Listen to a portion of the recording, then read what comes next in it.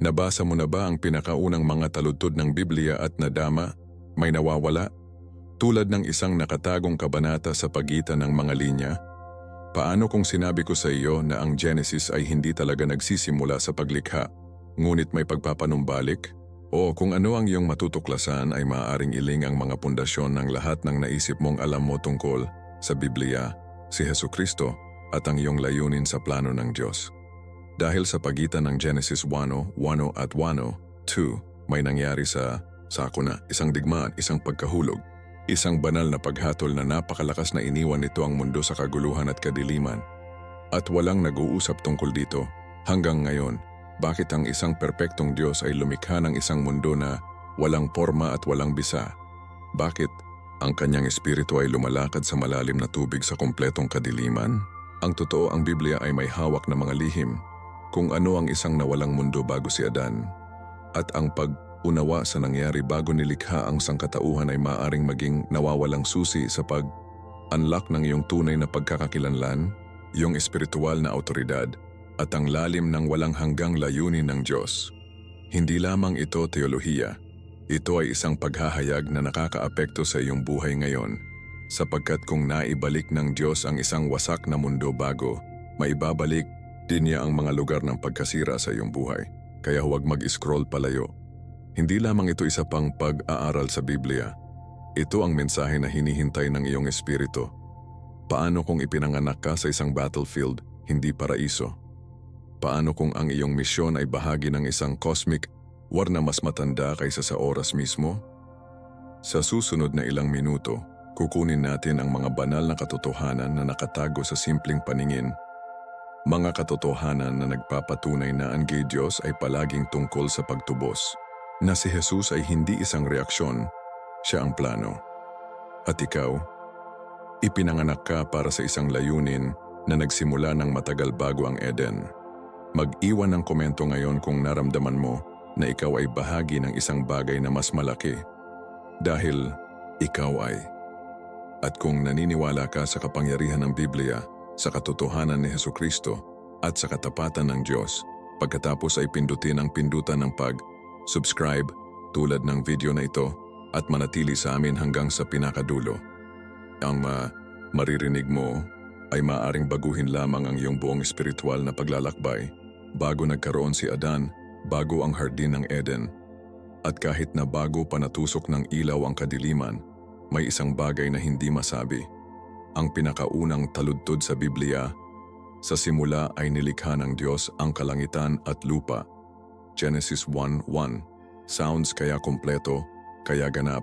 Ngunit pagkatapos sa Genesis 1:2, may isang bagay na hindi magdagdag. At ang lupa ay walang anyo at walang bisa, at ang kadiliman ay nasa harap ng kalaliman. Kung ang Diyos, sa kanyang perpektong kalikasan, ay nilikha ang langit at ang lupa, bakit ang mundo ay walang forma at walang laman? Hindi ito isang paglalarawan ng sariwang paglikha. Nararamdaman ito pagkatapos. At yun mismo kung saan nagsisimula ang aming paglalakbay.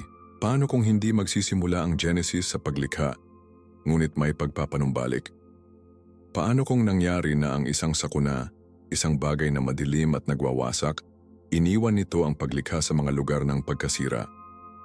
Ang pananampalataya ng maraming nakasalalay sa pag-unawa sa mapagmahal, pagtubos sa puso ng Diyos. Ngunit upang maunawaan ang pag-ibig na iyon, dapat din nating isaalang-alang ang mga laban na nakipaglaban sa harap ng sangkatauhan kahit na huminga ng hininga. Ang teorya ng agwat, isang espiritual na misteryo na tahimik na nakatikim sa pagitan ng Genesis 1, Klein Q at 1:2, ay pinukaw ang mga puso at isipan sa loob ng maraming siglo. Iminumungkahi nito ang isang malakas na katotohanan na maraming hindi napapansin, na ang mundo na alam natin ay maaaring itinayo muli pagkatapos ng isang kosmikong kaganapan na lampas sa ating pag-unawa. Isipin ito, Diyos, puno ng kaluwalhatian at ilaw, ay nagdudulot ng isang magandang nilikha. Pagkatapos ay may nangyari, isang pagkahulog, isang paghihimagsik, isang digmaan hindi sa mundo ngunit sa langit. At ang resulta, isang mundo na naiwan sa kaguluhan, inilibing sa ilalim ng espiritual na kadiliman. Ang Biblia ay hindi baybayin ang bawat detalye, ngunit ang katahimikan sa pagitan ng mga talatang iyon ay nagsasalita ng dami. Para sa mga naghahanap ng mas malalim na pag-unawa sa kanilang pananampalataya at nais na ikonekta ang mga tuldok sa pagitan ng hustisya ng Diyos at ng kanyang awa, ang misteryo na ito ay magbubukas ng isang gateway. Hindi lamang ito tungkol sa timeline ng Biblia. Ito ay tungkol sa likas na katangian ni Hesukristo bilang manunubos, hindi lamang tagalikha. Maaari bang bago huminga ang buhay ng Diyos kay Adan, naiyak na niya ang mga abo ng isang nahulog na mundo? Ang Genesis 1:2 ay isang taludtod na hinihingi ng higit sa isang pagpasa ng sulyap. Nabasa nito, ang lupa ay walang anyo at walang bisa. Sa Hebreo, ito ay tohu vabohu, isang pariralang ginamit sa ibang lugar sa Biblia upang ilarawan ang pagkawasak at paghuhusga, hindi lamang kawalang kasiyahan. Ito ay tulad ng pagtayo sa mga lugar ng pagkasira ng isang gusali at nagsasabing, ito ay isang beses na templo. Iyon ang bigat na dala ng pariralang ito. Maraming mga tapat na mananampalataya ang nakaligtaan ng gravity dito, nag-skim sa pagkasira at nakatuon sa susunod. Ngunit kung mapabagal tayo at mas malapit, nahanap natin ang mga pahiwatig na maaring hinarap na ng Diyos ang paghihimagsik, marahil kahit na ang pagpapawalang bisa, bago pa niya nabuo ang sangkatauhan. Ang espiritual na larangan ng digmaan ay aktibo na. Ito ay may totoong implikasyon. Kung ang ating pananampalataya ay maging malakas, dapat nating kilalanin na ang Diyos ay palaging nasa negosyo ng pagpapanumbalik. Hindi niya itinapon kung ano ang nasira. Binuhay niya ito. Hindi siya natatakot sa kadiliman. Nagsasalita siya ng ilaw dito. At ang katotohanan na iyon ay maaaring magbago kung paano natin nakikita ang ating sariling buhay. Ang paglipat mula sa taludtod ng isa hanggang sa taludtod dalawa ay hindi isang pahinga. Ito ay tulay. Isang tulay na nag-aanyaya sa atin na galugarin ang banal na karakter ng Diyos sa mas malalim na paraan. Hindi lamang siya ang Diyos na lumilikha. Siya ang Diyos na muling nagtayo. Isipin ang iyong sariling buhay. Ang mga sandali na parang kaguluhan, ang mga panahon na tila walang bisa at walang kahulugan. Kung paanong ang mundo ay dating walang porma at natatakpan sa kadiliman, gayon din ang marami sa ating buhay bago makatagpo ng ilaw ni Hesukristo. Ngunit itinuturo sa atin ng Biblia na hindi iniwan ng Diyos ang gulo. Siya ay mga hakbang dito. Sa katunayan, ang susunod na taludtod sa Genesis ay nagpapakita ng Diyos na nagsasabing, magaan ang ilaw. Iyon ay hindi lamang tungkol sa pisikal na pag-iilaw, ito ay isang espiritual na pagpapahayag. Sinasabi ng Diyos, hindi ako tapos at hindi rin siya tapos sa iyo. Hindi mahalaga kung gaano kalayo ang mga bagay na maaaring bumagsak, ipinapaalala sa atin ng pananampalataya na ang pagpapanumbalik ay hindi lamang posible. Ipinangako ito. Iyon ang uri ng Diyos na ating pinaglilingkuran. Kaya't habang sinisimulan natin ang paglalakbay na ito, tanungin natin ang tanong na nagbabago ang lahat. Paano kung ang Biblia ay hindi magsisimula sa paglikha, ngunit may pagtubos? Paano kung ang Genesis 1:1 ay isang sulyap ng kaluwalhatian at ang Genesis 1:2 ay isang sulyap sa kalungkutan? Binago nito ang buong salaysay. Sinasabi sa atin na ang Diyos ay hindi pamilyar sa pagkawala. Hindi siya malayo sa pagkawasak. Sa katunayan, naroroon na siya, ang pag-ayos, pagtubos, pag-update. Iyon ang puso ng Biblia. At sa ilaw na ito ay dapat nating lapitan ang natitirang banal na kasulatan. Habang lumilipat tayo sa susunod na bahagi ng aming paggalugad, sumisid tayo sa isang paghihimagsik na napakahusay na ito ay kumalas sa langit at umiling ng paglikha mismo. Ngunit huwag kang mag-alala, hindi ka nag-iisa dito. Maglakad-lakad tayo ng magkasama at tingnan kung ano ang nakatago sa mga anino bago pa umiiral si Eden. Matagal bago lumakad si Adan sa lupa, bago dumaloy ang mga ilog ng Eden at bago pa nabuo ang sangkatauhan mula sa alikabok, mayroong isang paghihimagsik. At hindi lamang ang anumang paghihimagsik, ito ay kosmiko, makalangit at nagwawasak. Ang Biblia ay nagbibigay sa amin ng mga sulyap sa banal na salungatan na ito, pagpipinta ang larawan ng isang marilag na pinangalanan na Lucifer. Minsan tinawag na Morning Star, tumayo si Lucifer sa kaluwalhatian sa mga anghel, malapit sa trono ng Diyos. Ngunit ang pagmamataas ay natagpuan ang isang bahay sa kanyang puso. Inihayag ng Isaiah 14, 12-15 ang taglagas na ito. Paano ka nahulog mula sa langit o Lucifer, anak ng umaga, sapagkat sinabi mo sa iyong puso, umakyat ako sa langit, itataas ko ang aking trono sa itaas ng mga bituin ng Diyos. Hindi lamang ito pagmamataas, ito ay isang pagtatangka na ibagsak ang makapangyarihan sa lahat. At tulad ng alam natin, walang nakatayo laban sa kalooban ng Diyos. Ang pagmamataas na iyon ay humantong sa kanyang pagbagsak at ang mga kahihinatnan ng kanyang paghihimagsik ay umabot sa malayo sa langit. Ang Ezekiel 28 ay tumatagal ng higit pa na naglalarawan kay Lucifer bilang isang puno ng karunungan at perpekto sa kagandahan na inilagay sa Eden, ang hardin ng Diyos. Oo, bago pa man panahon ni Adan. Ang Eden na ito ay hindi katulad ng kung saan naglalakad sina Adan at Eva. Ito ay celestial, puro, banal. At nang bumagsak si Lucifer, inalog nito ang langit. Ang kasunod, ang isang espiritual at kosmiko na pagbagsak na maaaring napakahusay kung ano ang inilalarawan ng Genesis 1:2, isang mundo na naiwan. Hindi ito ang resulta ng isang geological na sakuna o meteor strike. Ito ay banal na paghatol. Ang walang form na walang bisa, ang kadiliman na lumalakad sa kalaliman. Ang lahat ay tumuturo sa isang lupain na hinubad ng kaluwalhatian matapos ang isang paghihimagsik na hindi katulad ng anumang nakita natin. Ang Diyos sa kanyang katuwiran, pinalaya si Lucifer at ang kanyang mga tagasunod sa langit, at ang lupa, marahil ay isang buhay na buhay, ay inilibing sa ilalim ng paghatol na iyon. Ito ang larangan ng digmaan para sa isang digmaan sa pagitan ng ilaw at kadiliman. Ang digmaang espiritual na ito ay hindi nagtatapos sa pagkahulog ni Lucifer. Ito ay sumasalamin sa bawat pahina ng Biblia. Ang Apokalipsis Top Review 7:9 ay nag-uusap tungkol sa isang digmaan sa langit kung saan nakipaglaban si Michael at ang kanyang mga anghel laban sa dragon, Satan, at ang kanyang mga anghel. Sinasabi nito, wala nang anumang lugar para sa kanila sa langit. Sila ay itinapon. Hindi ito mitolohiya. Ito ay espiritual na katotohanan.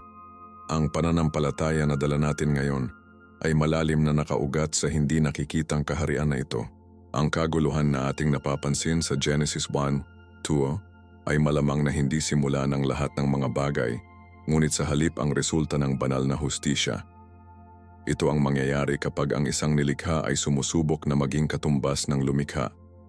Ang digmaang ito ay hindi lamang nakakaapekto sa mga anghel, nag-iwan ito ng mga scars sa tela ng pagkakaroon mismo, at gayunpaman nanatili ang awa ng Diyos. Hindi niya pinunasan ang lahat.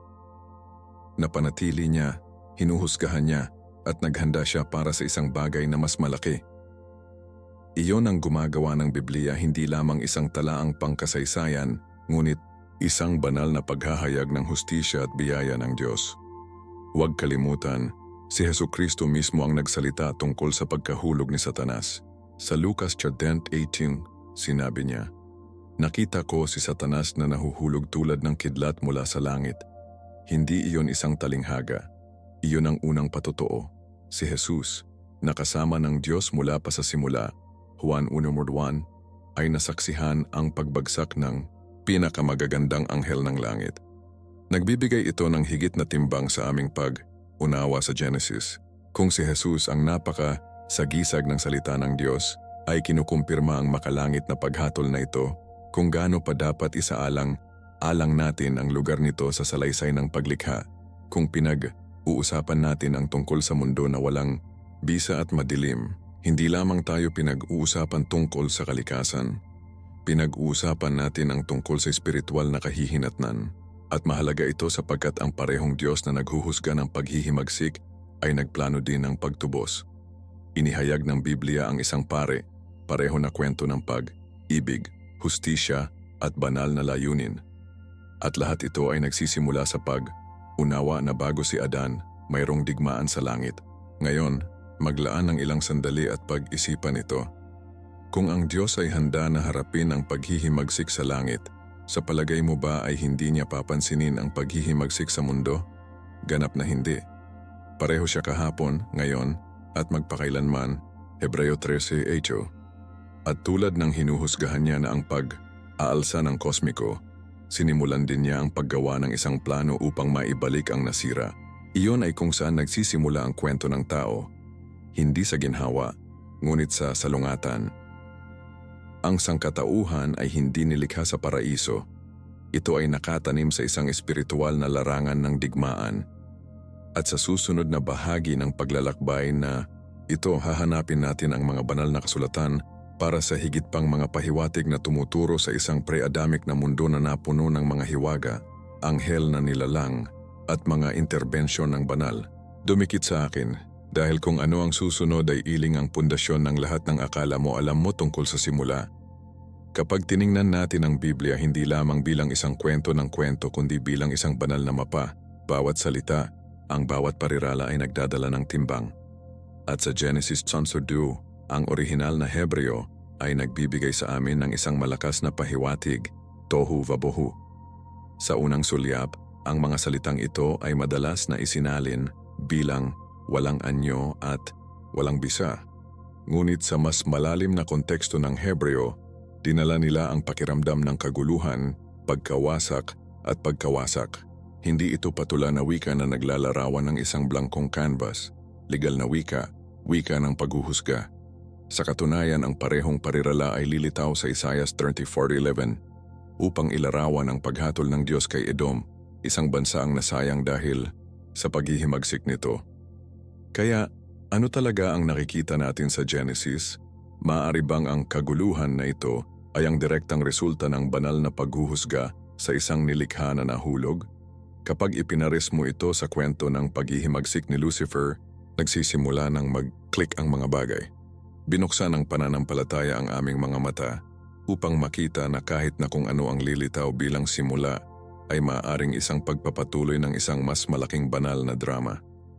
Ngayon tingnan ang Job 38:4-7. Ang Diyos mismo ay nagtanong kay Job, nasaan ka noong inilatag ko ang mga pundasyon ng mundo?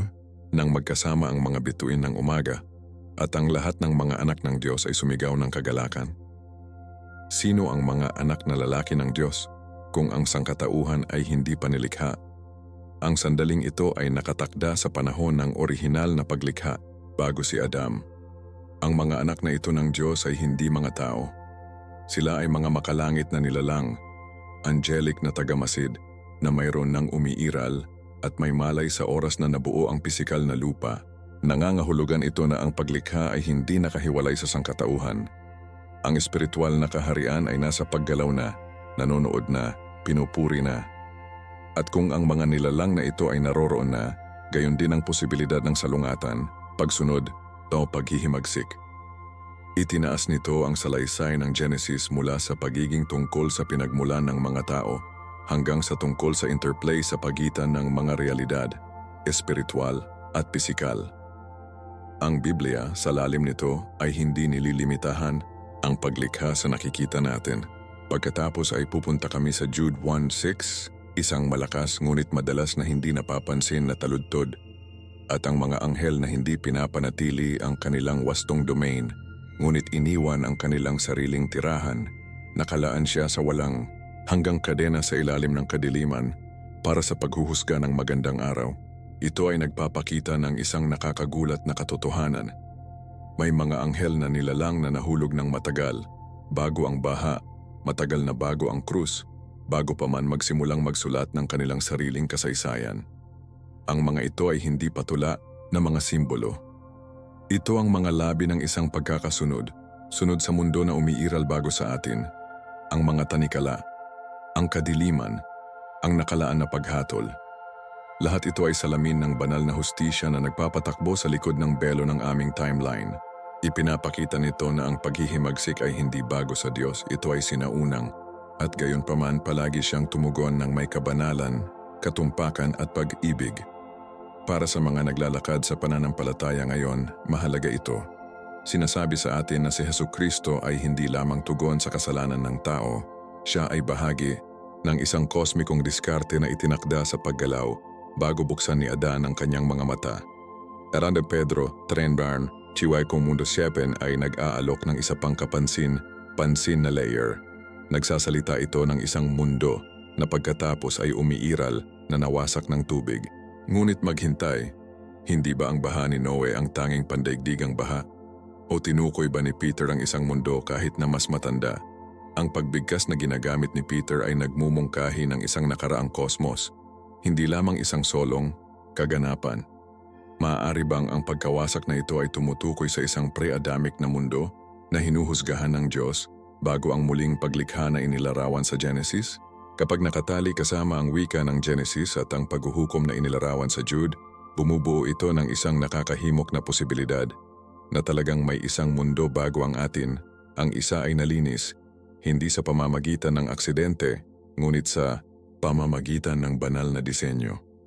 At hindi lamang napawi, ngunit inilibing sa kadiliman, nakakulong sa katahimikan, naghihintay para sa itinalagang oras. Hindi ito binabaybay ng Biblia sa isang timeline na estilo ng Hollywood, ngunit ang mga piraso ay naroon upang mahanap ang espiritual na gising.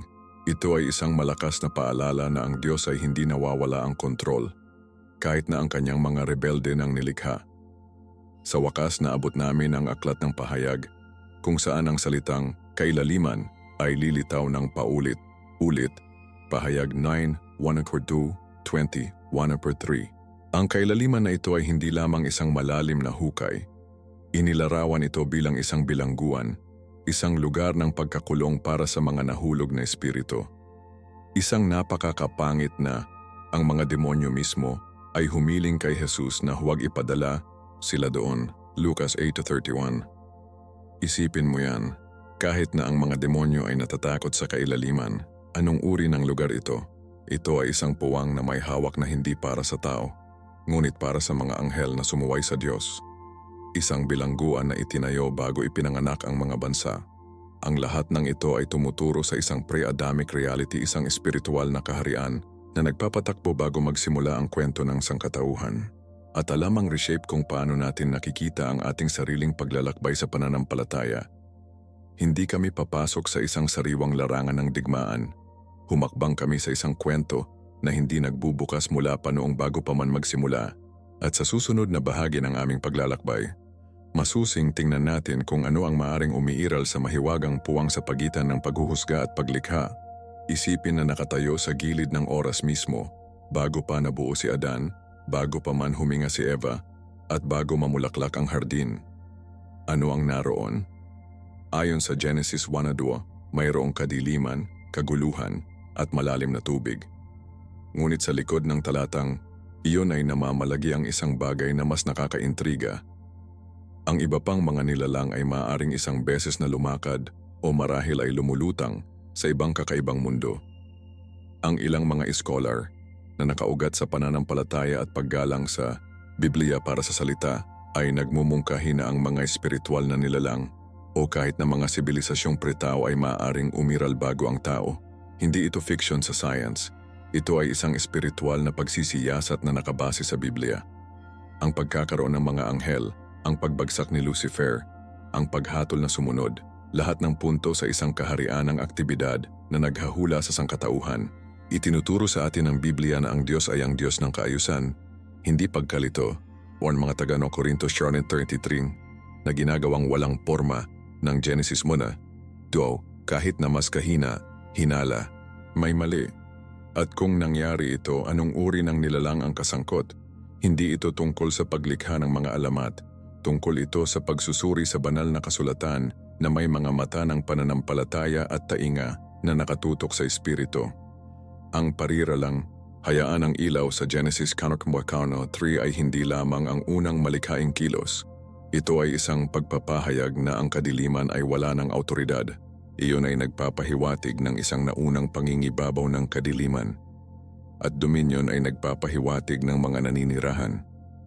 Sa Job 1:6, ipinakilala tayo sa mga anak ng Diyos na nagtatanghal ng kanilang sarili sa harap ng Panginoon, kasama nila si Satanas. Hindi ito mga tao, ito ang mga espiritual na nilalang na nagpapatakbo sa isang banal na kaharian bago ang pagdating ng tao. Iminumungkahi nito ang isang nakabalangkas, matalinong mundo, marahil kahit isa na sumasalamin sa mga aspeto ng sibilisasyon ng tao. Maaari bang ang gawa ng Diyos ng muling paglikha ay hindi upang simula ng buhay mula sa wala? ngunit upang maibalik ang isang kaharian na nawasak ng paghihimagsik? Ang pananaw sa mundo na ito ay hindi sumasalungat sa banal na kasulatan, pinalakas. Ito, nagbibigay ito ng mas malalim na layunin sa papel ng tao sa plano ng Diyos at nag-aalok ng pananaw sa kung bakit umiiral ang espiritual na pakikidigma. Ngayon ay muling isaalang-alang si Eden. Karamihan sa mga Kristiyano ay nakikita ito bilang simula, ang panghuli paraiso. Ngunit paano kung ito talaga ang punto ng pagbawi? Ang isang espiritual na punong himpilan na inilagay sa isang mundo na nakakita ng kaguluhan. Sinabi ng Biblia na ang Diyos ay nagtanim ng isang hardin na silangan sa Eden, Genesis 2:8. Iyon ay nagpapahiwatig ng Eden ay isang mas malaking rehiyon, isang bagay na mayroon na. Ito ay hindi lamang patula na pagbigkas, sinadya ito. Kung ang Eden ay itinatag sa Eden, kung gayon ang kapaligiran sa paligid nito ay maaaring maging bahagi ng nasirang mundo. At kung iyon ang kaso, kung gayon ang tao ay inilagay hindi sa hindi napapansin na kaluwalhatian, ngunit sa isang madiskarteng posisyon na isang outpost ng ilaw sa gitna ng mga espiritual na anino. Ang pag-unawa ay nagbibigay ng isang bagong-bagong timbang sa ating espiritual na responsibilidad. Hindi kami turista sa paraiso, mga ahente ng pagpapanumbalik sa isang sirang larangan ng digmaan. Hindi lamang tayo binigyan ng Diyos, binigyan niya kami ng layunin at binabago nito ang lahat. Kapag naiintindihan natin ang pananaw na ito, ang digmaang espiritual ay nagsisimula upang magkaroon ng higit na kahulugan. Bakit may pagtutol sa sandaling may isang taong nagpasya na sundin si Hesukristo? Bakit ang paglalakad ng pananampalataya na minarkahan ng mga pagsubok, tukso at espiritual na salungatan? Dahil hindi kami humakbang sa neutral na lupa, papasok kami sa kontrobersyal na teritoryo. Ang pagbagsak ng mga pre-Adamic na nilalang, ang paghuhusga ng kosmiko, ang paghahagis ng mga mapaghimagsik na anghel, lahat ng mga kaganapang ito ay nag-iwan ng mga scars. At tinawag tayo ngayon na maglakad kasama ng mga scars na may autoridad, hindi takot.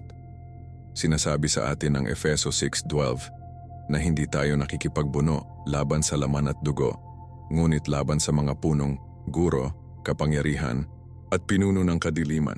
Ang pakikipagbuno na iyon ay hindi nagsisimula sa amin. Nagsimula ito ng matagal.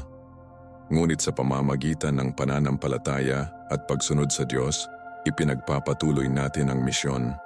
Ang sangkatauhan ay hindi isang plano B, ito ay banal na counter ng Diyos. Hindi upang patch ang isang pagkakamali, ngunit upang maitaguyod ang hustisya, pag-ibig at malayang kalooban sa gitna ng cosmic defiance. Kaya, habang sumusulong tayo, dalhin natin ang katotohanan ito. Si Eden ay hindi simula ng kapayapaan, ngunit ang pagpapahayag ng digmaan laban sa kadiliman. Isang beacon ng ilaw na inilagay sa isang espiritual na zone ng digmaan. Ang tao ay nilikha sa imahe ng Diyos hindi lamang upang tamasahin ang paglikha, ngunit upang mamamahala, magbantay, at magdala ng banal na kaayusan. Ang misyon na iyon ay nagpapatuloy ngayon. At sa susunod na bahagi ng paglalakbay na ito, makikita natin kung paano hindi inilalagay ng Diyos ang tao sa mundo, huminga siya ng walang hanggan sa Kanya. Isang bagay kahit na ang mga anghel ay hindi natanggap. Paano kung ang sangkatauhan ay hindi lamang ibang nilikha, ngunit isang makahulang mensahe sa buong espiritual na kaharian? Mula sa sandaling ito ay nabuo ng Diyos ang tao sa alikabok, may isang pambihirang nangyari.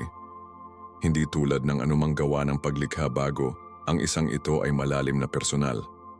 Sinasabi ng Genesis 2:7, kung gayon ang Panginoong Diyos ay nabuo, ang tao ng alikabok ng lupa at huminga sa kanyang butas ng ilong ang hininga ng buhay. At ang tao ay naging isang buhay na kaluluwa. Ang hininga na iyon ay hindi karaniwan, ito ay banal. Hindi lamang ito oxygen, ito ay kakanyahan. Ang parehong Diyos na hinuhusgahan ang pagbagsak ng mga anghel na nakasaksi ng paghihimagsik sa langit, ngayon ay nakasandal na malapit sa isang walang buhay na forma at na-infuse ito ng kanyang espiritu. Ang hininga na iyon ay naging natatangi sa tao, hindi dahil sa laman at buto, ngunit dahil sa banal na lapit. Walang anghel, walang nilalang na natanggap ito.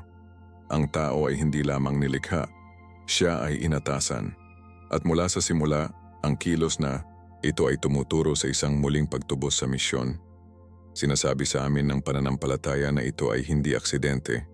Diyos puno ng hustisya ay naghahanda din ng panghuli na tugon sa kaguluhan na nag-iikot sa kanyang nilikha.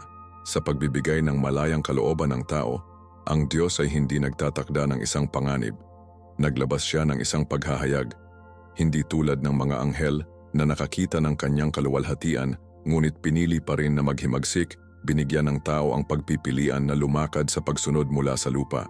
Ipinanganak siya sa misteryo, hindi kamahalan. At iyon ang punto.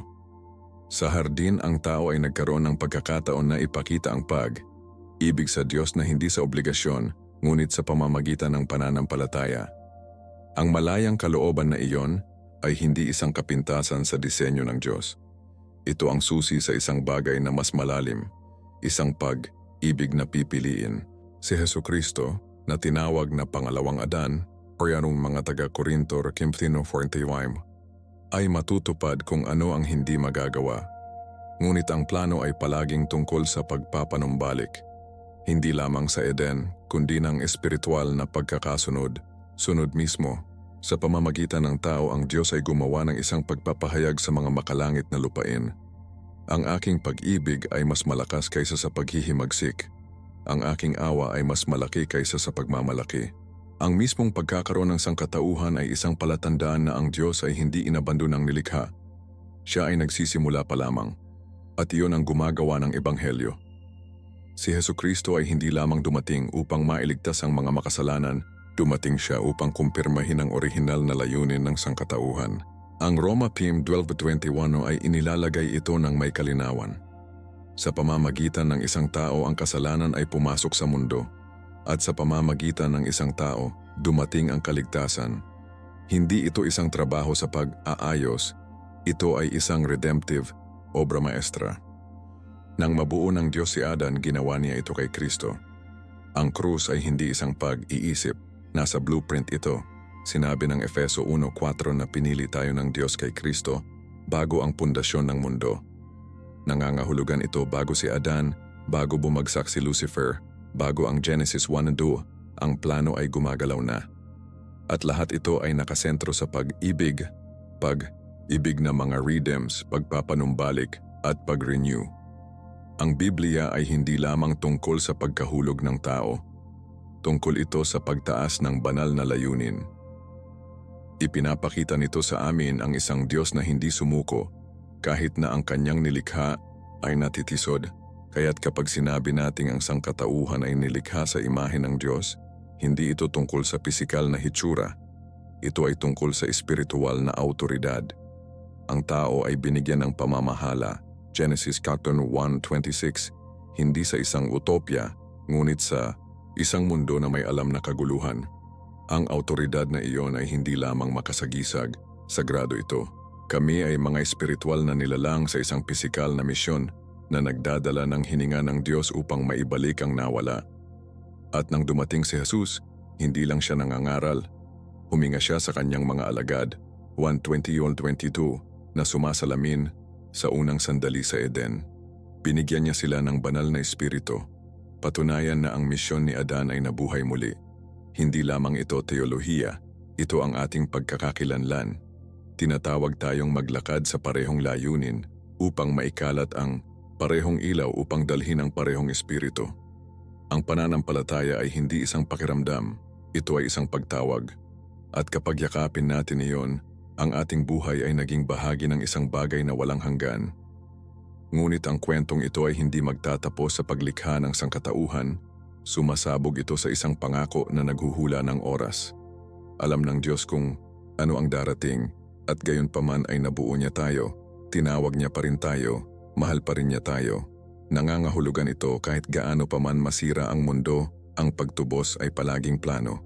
At sa susunod na bahagi ng paglalakbay na ito, kukunin natin ang nakamamanghang katotohanan na bago magsimula ang mundo, bago isinulat ang Genesis, ang krus ay nagniningning sa puso ng Diyos. Bago ang unang salita ng Genesis ay sinulat, bago sumabog ang ilaw sa kadiliman o mga bituin na sinindihan ng langit, mayroong isang plano. Sinasabi sa atin ng Apokalipsis 13:8 na si Hesukristo ay Ang kordero ay napatay mula sa pundasyon ng mundo. Hayaan ang paglubog nito. Ang krus ay hindi isang reaksyon sa kasalanan. Ito ang sentro ng diskarte ng Diyos mula pa sa simula. Nangangahulugan ito na ang pagtubos ay hindi kailanman plano B. Mula sa sandaling nagrebelde si Lucifer, mula sa sandaling napuno ng kaguluhan, ang Diyos ay mayroon ng solusyon. At ang solusyon na iyon ay nakaugat sa pag-ibig. Ang Diyos, sa kanyang walang hanggan na karunungan, ay alam na ang tanging paraan upang talunin ang paghihimagsik ay hindi mas maraming puwersa, ngunit may pag-ibig na sakripisyo. Tinutulungan tayo ng pananampalataya na maunawaan ang malakas na katotohanan na ito. Ang krus ay hindi lamang sandali sa kasaysayan, ito ang angkla ng lahat ng nilikha. Lahat, mula sa Genesis hanggang sa pahayag, ay umiikot sa redemptive na gawain ni Hesukristo. Sa Genesis 3:15, pagkatapos ng pagbagsak ng tao, inanunsyo ng Diyos ang isang malalim na hula. Ilalagay ko ang pagkapuot sa pagitan mo at ng babae, at sa pagitan ng iyong mga anak at kanya, durugin niya ang iyong ulo at hahampasin mo ang kanyang sakong. Ito ang unang direktang pagbanggit ng Mesyas sa banal na kasulatan. Kilala bilang proto-evangelium, hindi lamang ito sumpa. Ito ay isang pagpapahayag ng digmaan. Sinasabi ng, Diyos, maaring sanhi ka nito ngunit inihanda ko na ang sagot. Ang sagot na iyon ay si Jesus. At sa pamamagitan niya ang pagkahulog ng sangkatauhan ay mababalik. Hindi sa pamamagitan ng pagpapanumbalik ng Eden, ngunit sa pamamagitan ng pag-aalok ng buhay na walang hanggan. Ang pangakong ito ay sumasalamin sa bawat pahina ng Biblia at hindi ito ginawa sa isang vacuum. Ginawa ito sa isang mundo na minarkahan ng paghihimagsik. Hindi hinintay ng Diyos ang mga bagay na gumaling. Nagsalita siya ng layunin mismo sa kaguluhan. Iyon ay kung paano siya gumagana. Nagdadala siya ng ilaw kung saan may kadiliman lamang at nagdadala siya ng kapalaran kung saan nakikita lamang ng iba ang pagkabigo. Ang kagandahan ng plano ng Diyos ay kasama sa atin, hindi tulad ng mga manonood, ngunit bilang mga kalahok. Sinasabi ng Roma 8:19 na ang paglikha ay naghihintay sa sabik na pag-asa para maipahayag ang mga anak ng Diyos. Nangangahulugan ito na ikaw at ako ay hindi lamang narito upang mabuhay. Narito kami upang matupad ang layunin. Sa pamamagitan ni Hesukristo, binigyan tayo ng kapangyarihan upang mabuhay ang misyon na nagsimula bago ang oras. Narito kami upang ipakita ang hustisya ng Diyos, lumakad sa kanyang pag-ibig, at lumiwanag ang kanyang ilaw.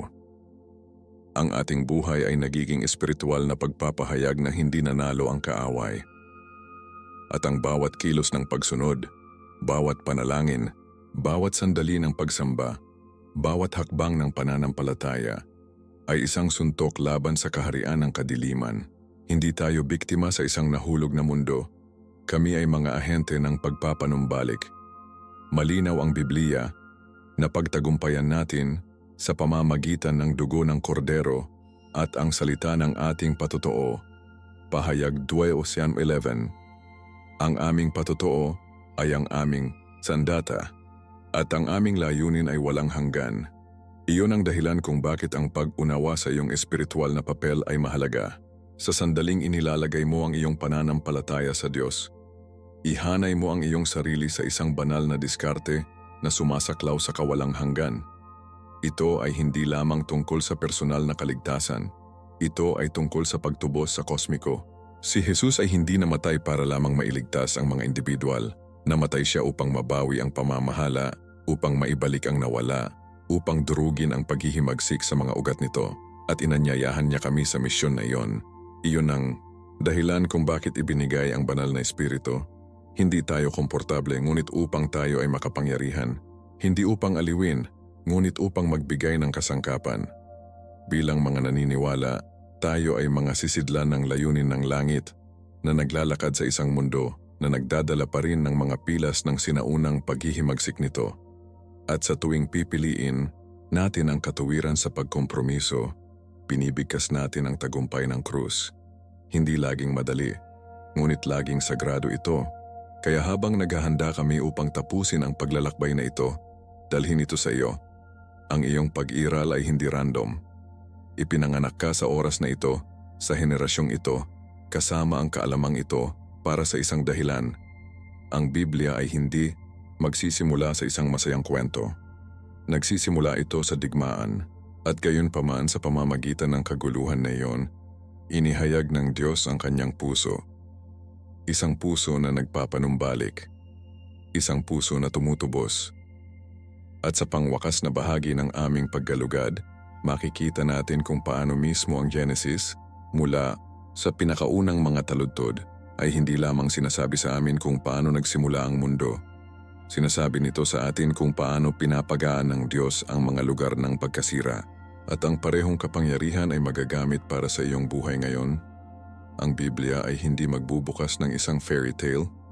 Nagsisimula ito sa isang away, isang labanan laban sa kadiliman, laban sa kaguluhan, laban sa paghihimagsik, at kung ano ang pinakamalakas ay kung paano pipiliin ng Diyos na tumugon. Sinasabi ng Genesis 1:3, at sinabi ng Diyos hayaang maging ilaw, at may ilaw. Hindi lamang ito tungkol sa pag-aapoy sa araw. Ito ay isang deklarasyon. Ang isang espiritual na utos na ilaw, truth, order, hustisya, ay muling maghari. Ang sandaling iyon ay hindi simula ng lahat ng mga bagay. Ito ang simula ng pagpapanumbalik at pag-unawa na nagbabago ang lahat. Sinasabi sa atin na ang Diyos ay hindi lamang isang tagalikha. Siya ay isang restorer. Tinutulungan tayo ng pananampalataya na makita na ang kanyang unang kilos sa banal na kasulatan ay hindi lamang tungkol sa pagbuo ng mga bituin o paghihiwalay ng lupa mula sa dagat.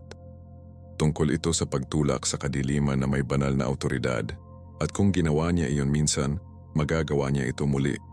Sa buhay mo, sa iyong kwento, sa ngayon. Iyon ang puso ng Ebanghelyo. Hindi itinatapon ng Diyos kung ano ang nasira. Tinubos niya ito. Ang pagbubukas ng mga taludtod ng Biblia ay nagpapakita ng isang banal na pattern. Paghuhusga, pagkatapos ng awa. Kaguluhan, pagkatapos ay mag-order. Kadiliman, pagkatapos ay magaan. Ang parehong pattern na iyon ay gumaganap ng paulit-ulit mula sa baha ni Noe hanggang sa muling pagkabuhay ni Hesukristo. At nangyayari pa rin ito ngayon. Sa tuwing pipiliin ng isang tao na bumalik sa Diyos, sa tuwing tumataas ang pananampalataya sa harap ng kabiguan, ang Espiritu ng Diyos ay gumagalaw muli tulad ng sa Genesis 1 and 2 na lumalakad sa kalaliman. Maaring tawagan ito ng mundo, ngunit tinawag ito ng Biblia na biyaya. Ang parehong Espiritu na nagdala ng buhay mula sa void ay ang magagamit sa bawat mananampalataya ngayon. Ito ay hindi lamang kasaysayan, ito ay isang buhay na pangako. At ang alam na nagbibigay sa amin ng lakas ng loob na patuloy na maglakad, kahit na ang lahat sa paligid namin ay mukhang mga lugar ng pagkasira, kadalasan ay iniisip natin na ang Biblia ay tungkol lamang sa nakaraan, tungkol sa nangyari. Ngunit paano kung ang pinakaunang mga pahina nito ay sinadya upang ipakita sa atin kung ano ang laging nangyayari kapag ang Diyos ay pumapasok? Ang Genesis ay hindi tungkol sa isang malinis na slate. Ito ay tungkol sa isang sagradong pagbalik, isang banal na pag-ikot. At kung sinimulan ng Diyos ang kanyang salita sa pamamagitan ng pagpapanumbalik ng isang wasak na mundo, kung gayon ay nagsasabi sa atin ng isang bagay tungkol sa kanyang pagkatao, hindi siya natatakot sa gulo, pinasok niya ito, nagsasalita siya dito, tinatubos niya ito. Iyon ang ginagawa ni Hesukristo sa bawat buhay na hinawakan niya. Sa sandaling inanyayahan siya, ang kadiliman ay hindi tumayo ng isang pagkakataon. At ang katotohanan na iyon ay hindi lamang para sa mga teologo, para sa sino mang naramdaman na sila ay natigil sa Genesis 1:2, para sa sino mang tumitingin sa kanilang buhay at nakakakita lamang ng kawalang hiya, kawalan ng laman at kadiliman, alamin ito. Malapit na sabihin ng Diyos magaan ang ilaw. At sa gayon habang tumatalikod tayo at tiningnan ang buong saklaw ng Genesis sa pamamagitan ng lens na ito, lumitaw ang isang bagong salaysay. Isa hindi ng mga random na kaganapan, ngunit ng walang hanggang layunin. Ang Biblia ay nagsisimula hindi sa kadalian, ngunit may kasidhian. Hindi sa pagkakaisa, ngunit may digmaan. At mismo sa gitna ng larangan ng digmaan, nagsasalita ang Diyos. Hindi dahil kailangan niya, ngunit dahil gusto niya. Iyon siya. Isang Diyos na nagpapagaan, isang Diyos na nagpapanumbalik, isang Diyos na tumanggi na hayaan ang kadiliman na manalo. At iyon Higit sa anupaman ay inihayag ng Genesis 1, hindi ito isang simpleng kwento ng paglikha. Ito ay isang banal na manifesto ng tagumpay sa paghihimagsik, ilaw sa kadiliman at pananampalataya sa takot. Iyon ang mensahe na nais ng Diyos na nakalagay sa aming mga puso mula sa pahina ng isa. Kaya kung naramdaman mo na ang iyong buhay ay nagsimula sa pagkasira, hindi ka nag-iisa. Hindi ka nang walang pag-asa. Ang unang kabanata ng Biblia ay patunay na sinimulan ng Diyos ang kanyang pinakadakilang mga gawa sa gitna ng mga gulo.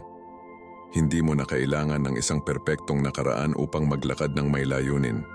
Ang kailangan mo ay isang kusang puso at isang spark ng pananampalataya.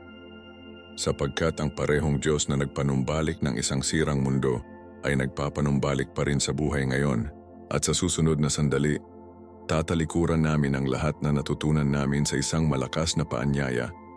Isa na direktang nagsasalita sa iyong espiritu at tinawag ka sa pag-align sa walang hanggang plano ng Diyos. Ngayon na nakita mo ang katotohanan sa likod ng Genesis, ano ang pinaniniwalaan mong nangyari bago si Adan? Sa palagay mo ba ang mundong nabubuhay natin ay ang una sa uri nito o ang pinakabagong kabanata sa isang mas matandang kwento ng pananampalataya, paghihimagsik, at pagtubos? Gusto kong marinig mula sa iyo. I-drop ang iyong mga saloobin sa mga komento at magtayo ng isang pamayanan ng mga mananampalataya na hindi natatakot na galugarin ang kalaliman ng Biblia. At hey, kung ang mensaheng ito ay nagpukaw ng isang bagay sa iyong espiritu, huwag itago ito sa iyong sarili. Ibahagi ang video na ito sa isang taong kilala mo ay naghahanap ng mga sagot. Siguraduhin na mag-subscribe at i-on ang mga abiso upang hindi mo makaligtaan ang alinman sa aming mga paghahayag sa hinaharap. Magsisimula na lang tayo at kung ano ang susunod na darating ay mas malalim ang iyong pananampalataya. Sa pamamagitan ng paraan kung nahanap mo ang malakas na pagtuturo ngayon, maghintay hanggang makita mo kung ano ang hindi namin natuklasan tungkol sa digmaan sa langit at kung paano ito itinakda ang yugto para sa lahat ng nasa Genesis. Mag-click sa susunod na video na lumitaw lamang sa iyong screen, dapat itong bantayan. Hanggang sa susunod na oras, manatili sa salita, manatili sa pananampalataya, at huwag kalimutan, ibalik ng Diyos kung ano ang tinalikuran ng iba. Ako si Marco, at makikita kita sa susunod na paghahayag.